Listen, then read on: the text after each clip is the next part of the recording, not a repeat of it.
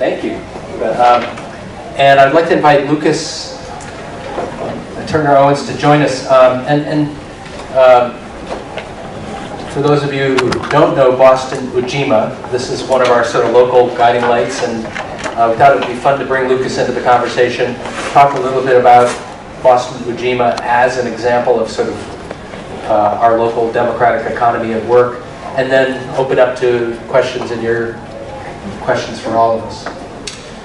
So one way that I like to describe the work that we're doing is by sort of explaining a chronology of how we got to where we are now. So we started out as a group of folks who were studying the question, what could be a catalyst for economic development in Boston, specifically in Roxbury, Dorchester, and Mattapan, where a lot of economic activity that's been seen in other parts of Boston hasn't really been seen.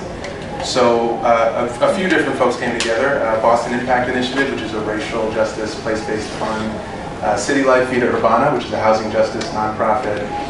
Groups of activists, business owners, and investors all came together to say, what's the right solution for this community that we're working in? Folks were looking at public banking. Folks were looking at community loan funds. There's one in Western Mass in particular we looked at called the Pioneer Valley Grows Fund.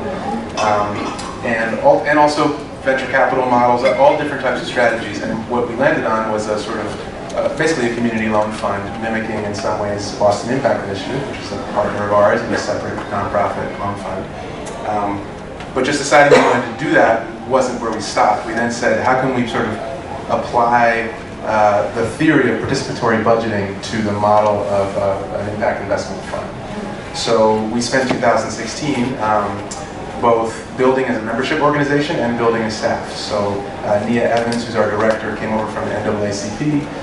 We built out as a membership organization to 400 members, many of whom identify as working class people of color in those three neighborhoods. And the theory was, if we could build a membership that was big enough, we could have events where we would ask the question, what are the businesses that you love that are here? What are the businesses that you need that aren't here? And what are the ones you'd like to see replaced? The businesses that folks love, that could become our candidate list, to sort of speak in private equity or VC terms. Then we could look at those companies and see if they meet the community's social and environmental impact metrics. And I can speak a little more about that. And then finally, we'd have the community vote on which businesses to actually fund.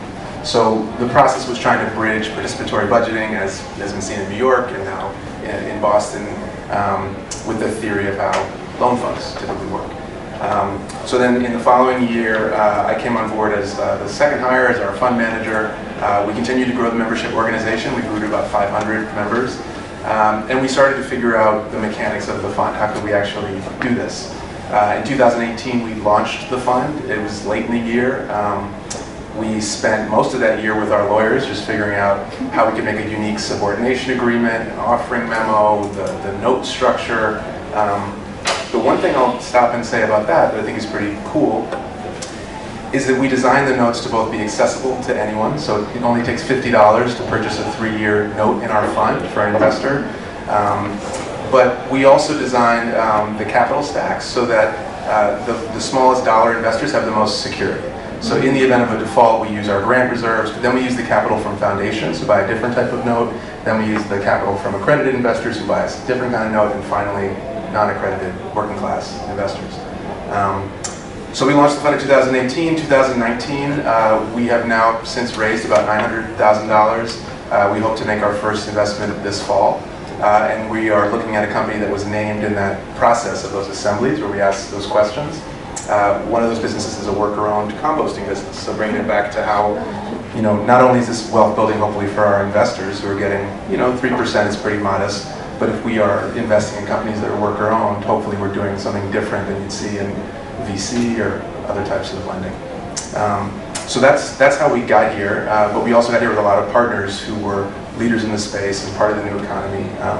We borrow from some of the community wealth building strategies from Democracy Collaborative, so we work with Children's Hospital right now, where we act as advocates for the businesses that we might invest in, so that if we can get them new contracts, and actually there's a member here who's helped us with some of that thinking, we can then sort of lend into that new contract. So if we can say, hey, Children's work with this caterer, we then can lend to that caterer because we know that their business has increased in a certain way.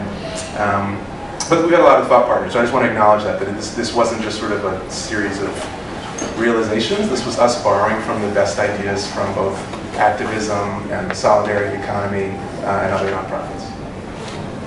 Fantastic. Thank you, Lucas. Thank you so And much.